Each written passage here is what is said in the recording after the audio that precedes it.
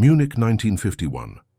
Amidst the still partially uncleared rubble and the steady rumble of trains at the Hauptbahnhof central station, a family attempts to piece together a routine without speaking of the past. It is against this backdrop that the case of Helmut Krauss emerges, subtle, almost like background noise that no one wants to hear. Born in 1949, the son of a railway worker and a housewife, he grows up in a small apartment near the central station. Since his birth, two marks stand out on the left side of his chest, flat, darker than the surrounding skin. One at the front, just below the areola, the other, smaller, on his back at the same height, an alignment that, as one doctor recorded, resembles 2 points of an old healed wound. The family never touched upon war topics. According to his mother years later, the atmosphere was one of silence and avoiding the past.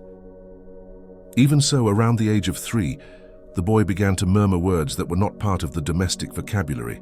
Front, granite, Heimkehr, front, grenade, homecoming. Sometimes at night, the rumble of thunder would make Helmut hide under the table. His mother recalls one sentence spoken in a restrained voice, "The explosions again, I'm surrounded." These observations, simply noted down in notebooks without interpretation, would later become the backbone of the dossier sent to Ian Stevenson. Life around them followed the austere cadence of the German post-war era. Bread rationed until recently, neighbors who avoided questions, workshops trying to revive, suitcases always visible at the station. The father, skeptical and reserved, insisted that the boy needed to forget. But forget what? The marks, clinically harmless, were there, and the phrases, which came like shortwaves, suggested a recurring scene: cold, mud, metallic noise. One snowy winter, standing by the window, Helmut stated calmly, "I've seen this before, but I was wearing heavy boots and my name was different." On another occasion, he touched the mark on his chest and said, "I died in the snow and the pain was right here." Around age 5, drawings appeared, small human figures in green uniforms, simple signs that a local historian would later recognize as compatible with infantry unit insignia from the end of the war. On a paper kept by the family, one read, "Kamerad tot, ich auch. Comrade dead, me too." There were no war books in the house, nor close relatives who had brought back frontline accounts. Yet the fragments appeared, especially upon waking or during a slight fever, with that tone that mixes the urgency and certainty of children's truths. The link to the broader investigation formed through Vienna.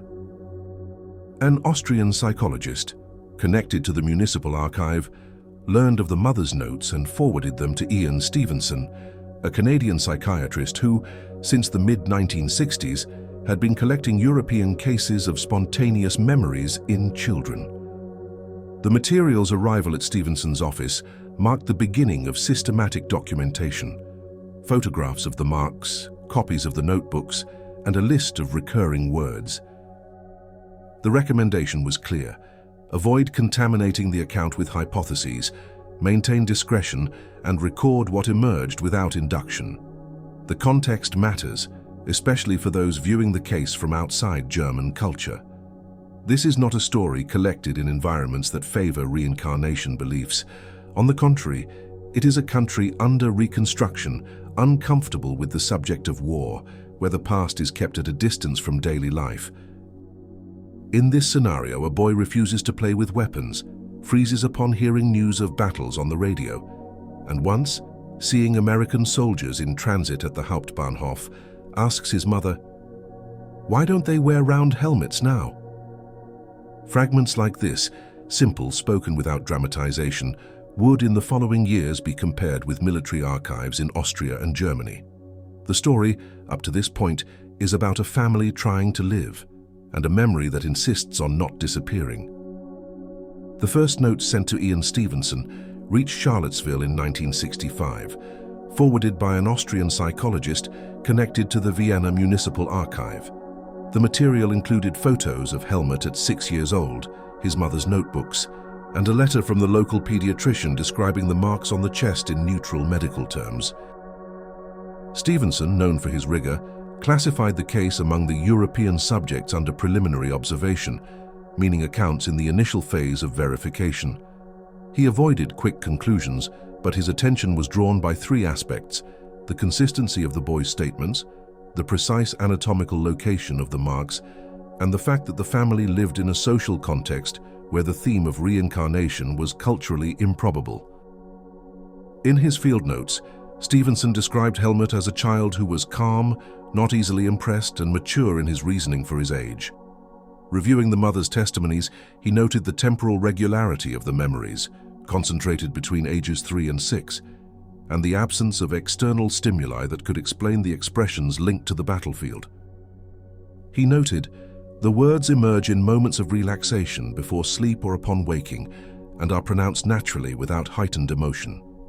Based on these observations, Stevenson began a verification network. He asked a collaborator in Vienna to consult the Kriegsarchiv, Austrian War Archive, to search for records of soldiers killed with wounds to the left side of the chest during the winter of 1944-1945. The hypothesis was not to identify a specific person, but to test the coincidence between the boy's descriptions: snow, metallic noise, feeling of being surrounded, and actual combat locations.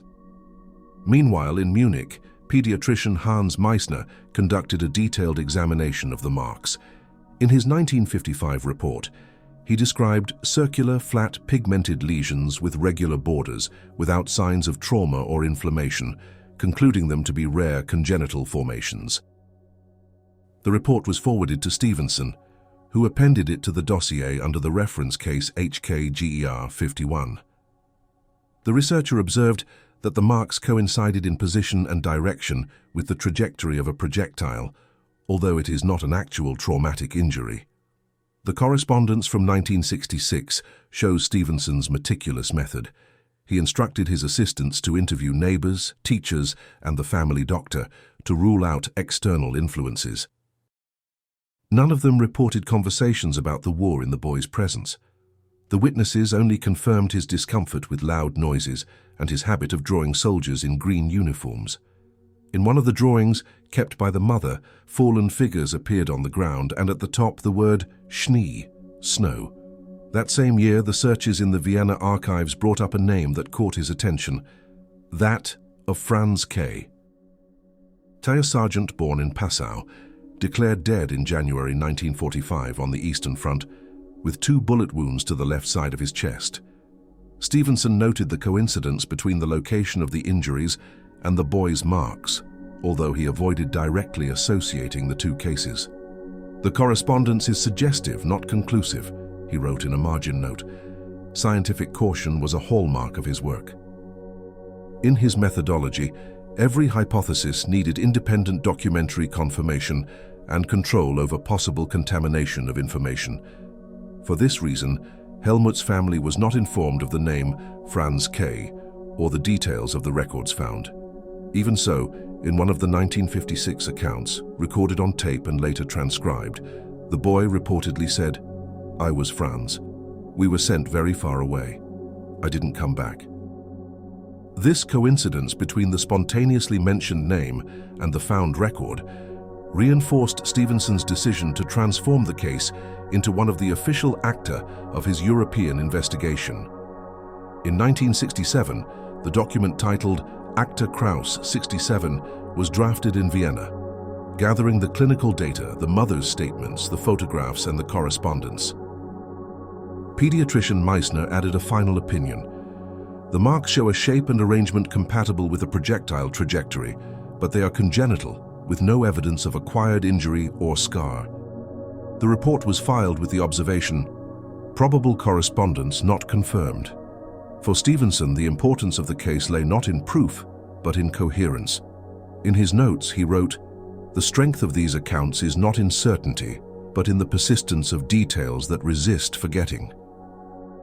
In the German context of the 1950s, where silence about the past was still a form of survival, a boy with war memories represented something more than a clinical phenomenon. It was the echo of a history that the whole country was trying to silence. The second cycle of the investigation began in 1968, when Ian Stevenson received authorization to consult regional archives in Bavaria. The goal was to compare every fragment of Helmut's speech with verifiable historical data. Notes sent from Munich included details that the boy had repeated since his earliest years: a field covered in snow, the sound of iron, and a frozen river. At first glance, vague images. However, Stevenson realized that the reference to the frozen river could correspond to German and Soviet operations in the Vistula region in the winter of 1944 to 1945, the same period in which the soldier Franz K., identified in the Viennese records, had died. The cross-referencing of data reinforced the hypothesis of temporal and geographical coincidence. Stevenson, maintaining his cautious stance, sought assistance from the Austrian military historian Ernst Popp, a specialist in infantry units on the Eastern Front. Popp analyzed Helmut's drawings and phrases. Observing a circular figure drawn on a soldier's arm, he commented that it could represent the triangular emblem of the infantry divisions used on that front. He also noted that the boy's comment to the American soldiers, "Why don't they wear round helmets now?" precisely described the difference between the rounded Soviet helmets and the more elongated American shape, a detail unlikely to be known by a child in West Germany in 1952. Even with these correspondences, Stevenson knew that the case would face a crucial limitation: the lack of a link between the Krauss and Franz K. families. There was no kinship, friendship, or prior contact that could explain the appearance of the name Franz in the boy's statements. This absence of a direct connection made the case a rare example of informational isolation, an essential criterion in Stevenson's method. In 1969, he drafted an interim report summarizing the situation. The Helmut Krauss case remains inconclusive, but presents remarkable consistency. The boy's spontaneous descriptions, the location of the birthmarks, and the mentioned name correspond to rare external data, though not exclusive. The document was sent to his Charlottesville archive and classified as European Case File Number 12, Germany. While the verifications proceeded, Helmut's life followed the normal rhythm of a child in the German reconstruction. He attended school, played with neighbors, and avoided any topic related to the war. His mother, however, noticed a recurring gesture. Whenever the subject of the military came up in adult conversations, the boy would bring his hand to the left side of his chest, exactly over the marks. He wouldn't cry or become agitated. He would simply touch the spot and fall silent. Stevenson described this behavior as a type of unconscious somatic memory, a term that decades later would be revisited by psychologists as a reference to bodily memory. He observed that Helmut showed no signs of fantasy, nor a tendency toward dramatization. The statements were short, objective, spoken with the serenity of someone recounting something already known. Around 1959, the manifestations began to become rare. His mother noted that her son seemed to be outgrowing the memories. By the age of 10, Helmut no longer mentioned the frozen river or the blitz that made him sleep for a long time. For Stevenson, this decrease in memories followed the pattern observed in other cases. The previous memory weakened as the new identity consolidated. In his words, "Recollections of the past are not permanent. They dissipate as the current consciousness takes control." Even so, Stevenson continued to follow the case remotely. He asked Dr. Meisner for annual reports on the evolution of the marks, which remained visible, though lighter. In 1960, the doctor noted pigmentation reduced, shape and position unchanged. The researcher compared the measurements with data obtained from Franz K.'s military autopsy, noting a coincidence regarding the trajectory of the lesions, entry and exit on the left chest front to back. In a 1967 correspondence, Stevenson summarized his thinking. The anatomical coincidence is expressive, but not conclusive. The scientific value of the case is not in proving identity, but in demonstrating the persistence of memory patterns associated with bodily marks. In the German context of the time, few people knew about the investigation.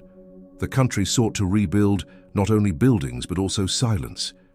Talking about the past was still painful, and any mention of the war aroused discomfort. Therefore, interviews with the family were conducted in discreet locations: cafes, doctors' offices, small schoolrooms, always away from public curiosity. Stevenson wrote in one of his notes, "In times of reconstruction, memories like Helmut's are inconvenient. They remind us that history doesn't end when the shooting stops." From this point, the case would cease to be merely a domestic record and would become part of a broader study on the persistence of memory and the relationship between mind and body. The next step would be the scientific review of the material, which would bring the Krauss case to the debates at the University of Freiburg in the early 1970s, a milestone that would transform the story of a boy from Munich into one of the most meticulous reports on possible memories of a life interrupted by war. In 1971, 2 decades after Helmut's first manifestations, the case formally reached the University of Freiburg. Ian Stevenson had returned to Europe to review, with colleagues, the main dossiers he had accumulated since the 1950s. The material concerning the boy from Munich, by then filed under the name Case Krauss, was chosen as a European example of complete documentation: family testimonies, medical reports, photographs, correspondence, and cross-referenced historical records. The meeting in Freiburg was not public. Gathered in a discreet room of the psychiatry department were names like Dr. Karl Riedel, a clinical psychiatrist, Dr. Margaret Wöhler, a child psychologist, and the theologian Friedrich Rahner, brother of the philosopher Karl Rahner. Stevenson opened the session by presenting the data with the sober tone that characterized him. A child who between 1951 and 1956 manifested memories of a possible previous life, accompanied by 2 birthmarks corresponding to the fatal wounds of a soldier registered in 1945. No dramatization, just facts, dates, and comparisons. Dr. Wöhler initiated the analysis of the child's behavior. She highlighted that the interviews with Helmut revealed an absence of hysteria, absence of elaborate fantasy, and a remarkable emotional stability. He describes without emotion, like someone reporting an everyday occurrence, she noted. For the psychologist, this neutral tone differentiated the case from episodes of childhood imagination or parental influence. There is no direct stimulus, no positive reinforcement in the parent's reactions. There is only observation. Dr. Riedel, skeptical, argued that the statements could represent a form of cryptomnesia, unconscious memories derived from narratives heard indirectly. Stevenson responded that, while the hypothesis was legitimate, there was no evidence of prior exposure to details that coincided with the historical data of the soldier Franz K.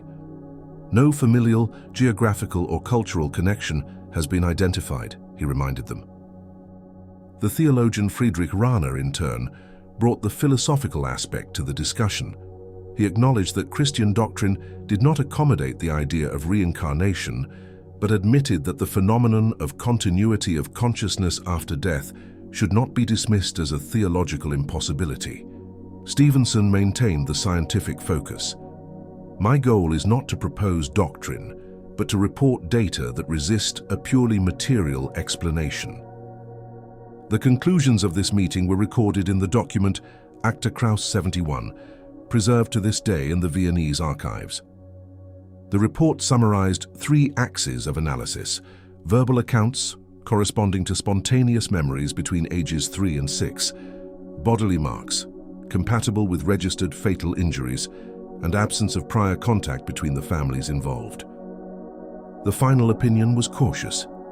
The case presents descriptive coherence and unusual physical correspondence, but it lacks definitive documentary confirmation regarding the identity of the individual referred to. The hypothesis of reincarnation, although improbable under current paradigms, cannot be excluded. For Stevenson, this wording represented progress. Achieving a neutral conclusion, neither acceptance nor rejection, from a predominantly skeptical European group was already, in his view, a sign of methodological maturity. In a letter to his Icelandic collaborator, Erlendur Haraldsson, Stevenson wrote, "We do not seek conversions, we seek precision. Each case is a small fissure through which the human spirit shows itself to be more complex than we supposed." After the Freiburg session, the Krauss dossier was filed as a reference study for the European cases of the Reincarnation type collection. Stevenson returned to the United States, carrying complete copies of the Acta. The German case thus became part of his comparative collection, alongside episodes recorded in France, Finland, and Turkey. Meanwhile, Helmut, by then a teenager, led a normal life in Munich. He attended technical school and showed an interest in mechanics. The memories of his childhood had virtually disappeared. Dr. Meisner, who continued to follow the boy, wrote in 1972, "The marks persist, but they are faded. The patient shows emotional stability, with no signs of disturbance." Stevenson saw this as confirmation of a pattern he observed in other cases. As the new personality matures, previous recollections naturally integrate or dissolve without psychological sequelae. In his words, "The memories of the past are not permanent. They dissipate as the current consciousness assumes control." The repercussions of the Acta Kraus 71 remained restricted to academic circles. In 1970s Germany, the subject was still sensitive. The press published nothing. The family maintained absolute anonymity. In Stevenson's records, there is a handwritten note. Silence, perhaps the purest context in which to observe the persistence of memory. The case, up to this point, had already accumulated more than 20 years of documentation and involved 3 countries, Germany, Austria, and the United States. But one stage was still missing: the final consolidation of the study, which would occur in 1976, when Stevenson would officially close the dossier with a conclusive report. The Acta Kraus 76 would mark not only the end of the investigation, but also the recognition of the case as one of the most methodologically solid examples of European research on spontaneous childhood memories. In 1976, Ian Stevenson officially concluded the investigation into the case of Helmut Kraus. The final document, titled Acta Kraus 76, Abschlussprüfung und Schließung des Dossiers, Final Review and Closure of the Dossier, compiled more than 2 decades of medical reports, interview records, and comparisons between the war archives of Austria and Germany. The text, still preserved in the University of Virginia archives, represented the meticulous closing of a case that the researcher had followed since the mid-1960s. In the introduction, Stevenson summarized the spirit of the investigation. The Helmut Kraus case remains inconclusive regarding identity, but it is exemplary in its methodology. It demonstrates that subjective phenomena can be treated with empirical rigor, without reliance on belief or skepticism as dogmas. This sentence, which would later be quoted in conferences, summarizes his approach: observe, record, compare, and never assert more than the data allows. The report presents the central conclusions in 4 axes. The first, spontaneous accounts, confirms the temporal consistency of the memories expressed by Helmut between ages 3 and 6, with no detectable external stimulus. The second, physical correspondence, describes the coincidence between the boy's congenital marks and the fatal wounds of a soldier identified as Franz K., killed in 1945.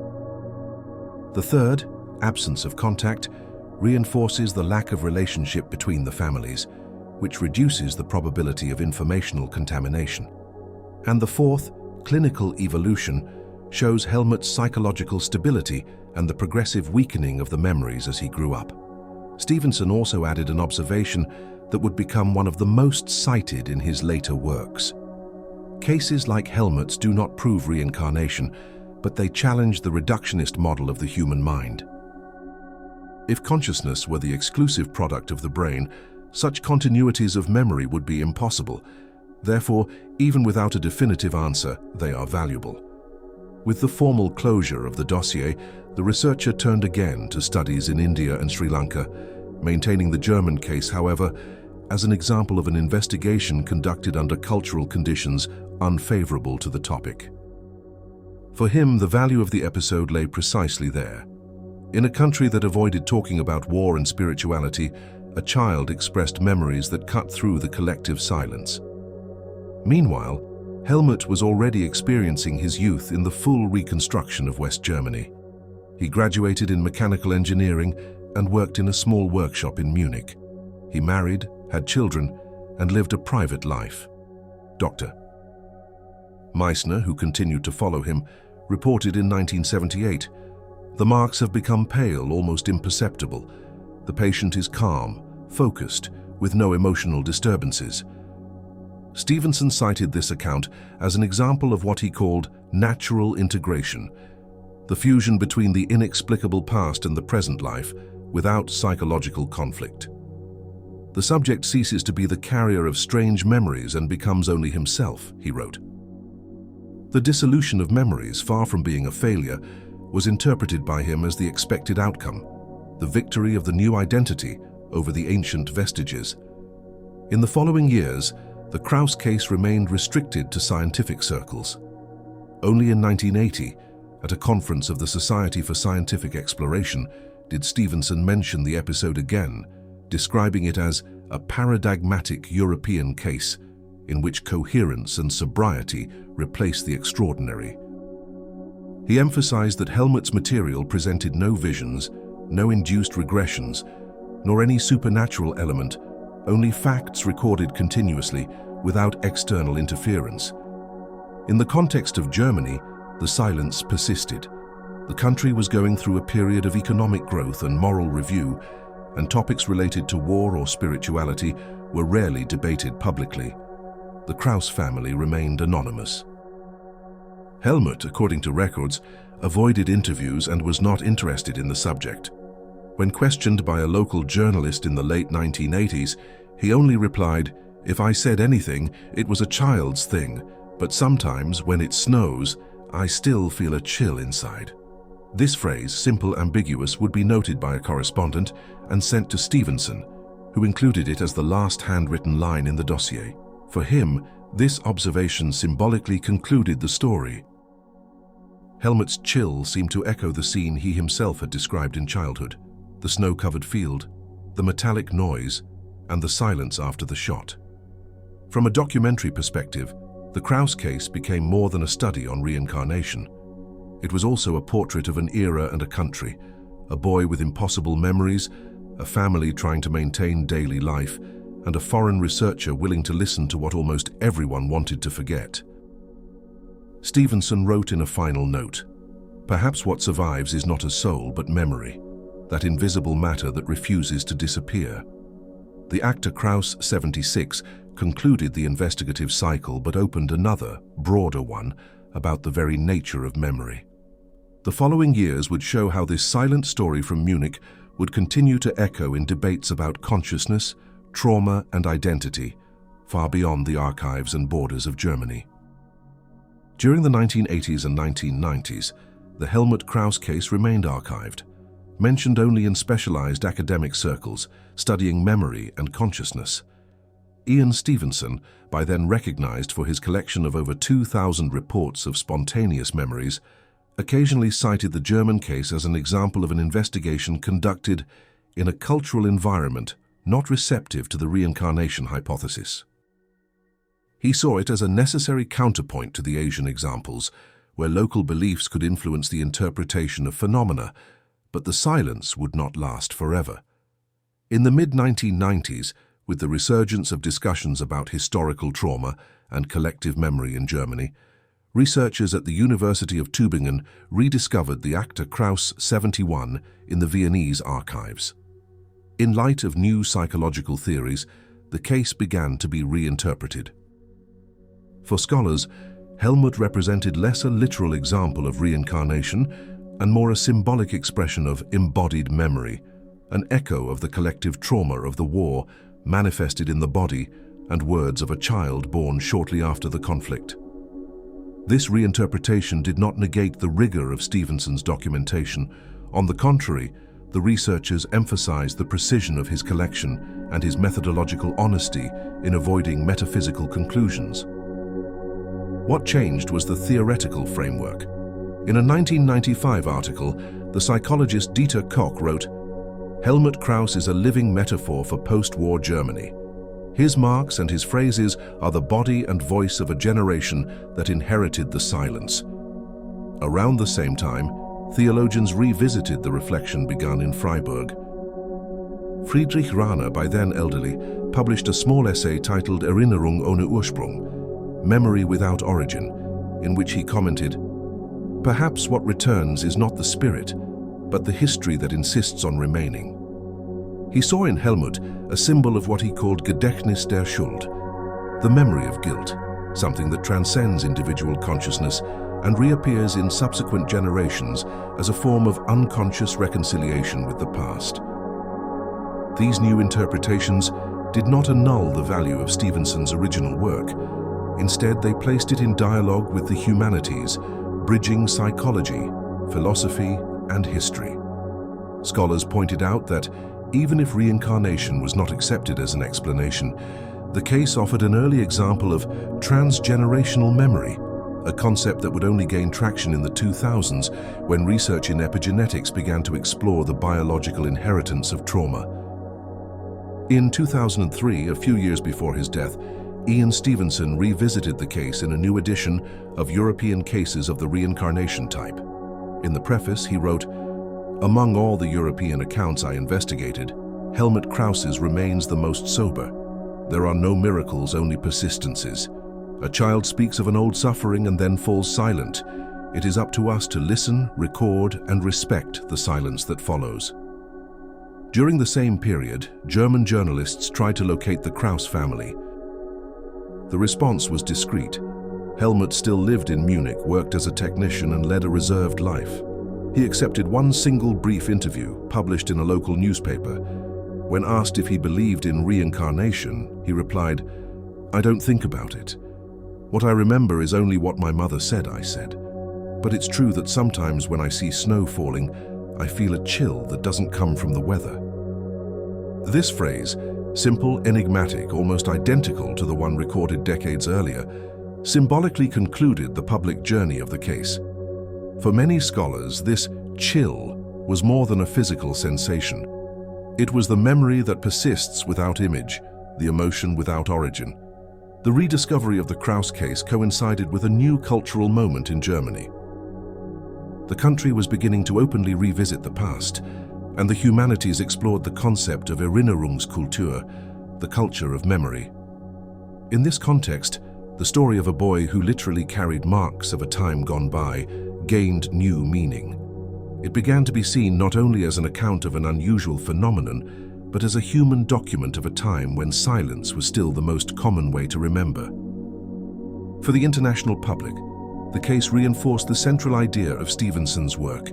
Memory, in any of its dimensions, defies boundaries.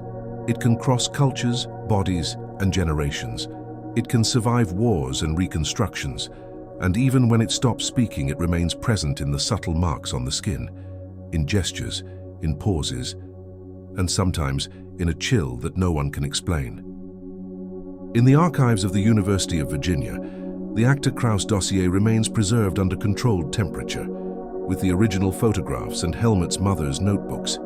Each page, each note, carries not just a singular episode, but also the persistence of a question that Stevenson never intended to fully answer. What exactly is memory, and how far can it go? From this point, the case becomes less a scientific investigation and more a reflection on the very limit of human experience.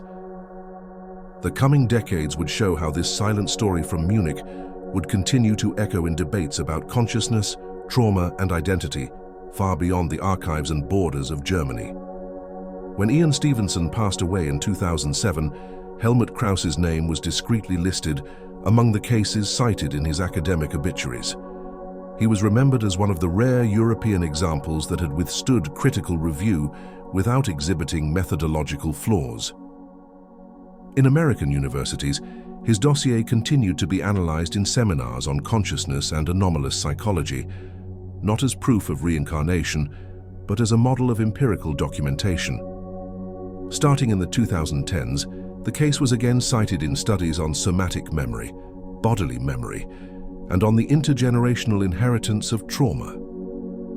Researchers at the Max Planck Institute and the University of Bielefeld revisited excerpts from the Acta Kraus 71 to exemplify how physical symptoms can function as an expression of inherited emotional content. One of the articles stated, "Helmut's body spoke what society could not yet say."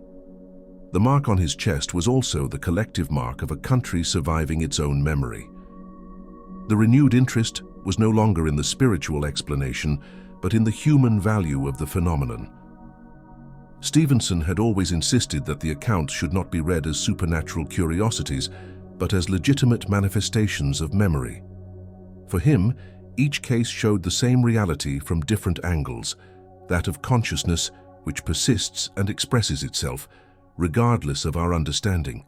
This scientific posture, free of dogmas yet open to complexity, was what allowed the Krauss case to survive over time without being reduced to a belief or a myth.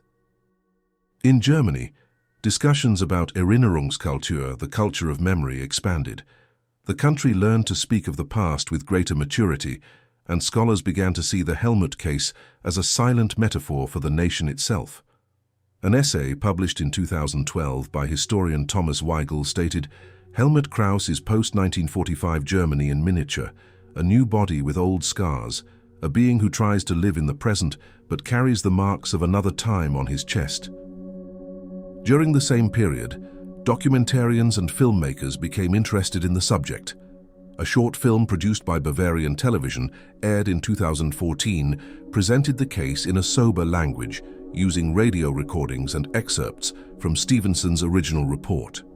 The film, titled Das Kind mit der Narbe, The Child with the Scar, was received with surprise by the younger public, who were completely unaware of the story. Without dramatization, the documentary recovered the boy from Munich as a symbol of a memory that refuses to disappear.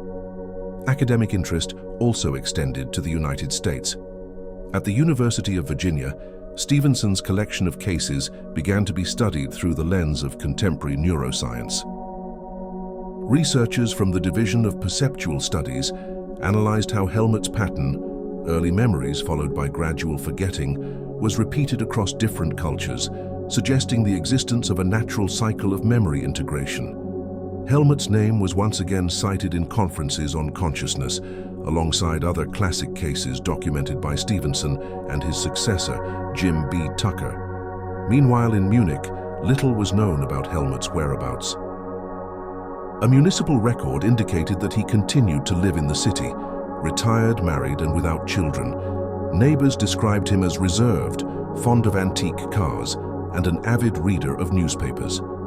In 1998, when a researcher from the University of Tübingen tried to contact him for an interview, he received a brief and courteous reply, "The story belongs to the past. What matters is what we learn from the silence." This sentence, reproduced years later in an article, seems to summarize the entire meaning of the Krauss case. Silence not as forgetting, but as an acknowledgement that there are experiences that defy explanation and yet must be preserved. The case of Helmut, therefore, transcended the debate between skepticism and belief. It became a reflection on the very nature of memory, the relationship between body and history, individual and collective. Alongside other European studies conducted by Stevenson, it represents a rare effort to treat the inexplicable with scientific discipline, without resorting to mystery as an artifice or denial as a defense. In his final years, Stevenson often used to say that the human mind is greater than the theories we try to impose on it. Helmut Krauss, the boy from Munich, seemed to be a silent portrait of this idea. A marked body, a childhood punctuated by impossible memories, and an adult life dedicated to forgetting. Not the forgetting that erases, but the one that integrates, the one that allows life to move on. Revisiting the dossier decades later, the reader realizes that the true theme of the investigation is not reincarnation, but the resilience of memory. Helmut's story is the story of everything that survives forgetting, of a country, of a war, of a man. A memory that crosses generations and returns, not to be explained, but to be acknowledged. The last part of this narrative no longer belongs to the actor, nor to the archives. It belongs to the reflection the case sparks. To what extent is memory personal? And what happens when the body becomes the guardian of a story the world tries to bury? These questions would continue to echo long after Stevenson, Helmut, and his nearly faded scar reminding us that the past, even silenced, always finds a way to be remembered. Today, the case of Helmut Krauss remains a rare record of the intersection between science, memory, and history. In the quiet rooms of the University of Virginia, the complete dossier, Acta Krauss 5176, rests in numbered folders, along with the original photographic negatives taken in Munich and Ian Stevenson's handwritten notes. The yellowed pages, with their precise and sober writing, carry the testimony of a time when mystery could still be treated with method, without spectacle. Helmut's trajectory, born in a country rebuilding itself on the rubble of war, synthesizes the paradox of post-war Germany, the desire to forget and the impossibility of erasing. The boy who, having never heard of the front, spoke words like grenade and frozen snow, unintentionally became a living metaphor for a generation that inherited the silence of its parents. In every sentence, there was the involuntary memory of a collective history. In every mark on the skin, the physical echo of a wound the entire country shared. Decades later, scholars from various fields, psychology, theology, neuroscience, and philosophy, would continue to ponder the same enigma. What did Helmut represent? A clinical case of anomalous memory, an expression of transgenerational trauma, or an example, among many others documented by Stevenson, of a possible continuity of consciousness beyond death? No answer was definitive, and perhaps that is why the case continues to fascinate. German theologian Hans-Peter Dörfler wrote in 2015, "The strength of the Krauss case is not in proving anything, but in forcing us to consider what we do not know about the human being. There is a dimension of remembrance that belongs not to reason but to the experience of mystery." This reading shifted the focus from the search for causes to symbolic understanding. Helmut would not just be an individual, but a mirror of history, of the body, and of what time tries to erase but cannot. In contemporary Germany, the case is occasionally cited in seminars on post-traumatic memory and in studies on the epigenetics of trauma. Researchers observe that, even without accepting the hypothesis of reincarnation, the account anticipates by decades the modern notion that traumas can cross generations through biological and behavioral pathways. In this sense, Helmut would have been a child carrying an ancestral language of suffering, a body that, upon being born, already knew what the surrounding culture was still trying to forget. For the lay public, the story remains wrapped in sobriety. No commercial book, no fictional film, no sensationalism. The name Helmut Krauss rarely appears outside academic circles, and perhaps that is the greatest respect that can be paid to his memory. The family always refused notoriety, and Stevenson, faithful to the ethics that guided him, never revealed personal information that could expose the protagonist of his research. The last known reference to Helmut dates back to 1999 in a Munich civil registry. Nothing more is known. It is likely that he died quietly as he lived, but the echo of his story remains, both in the Virginia archives and in the discussions it inspired. For students of the mind, the case continues to be an example of careful observation.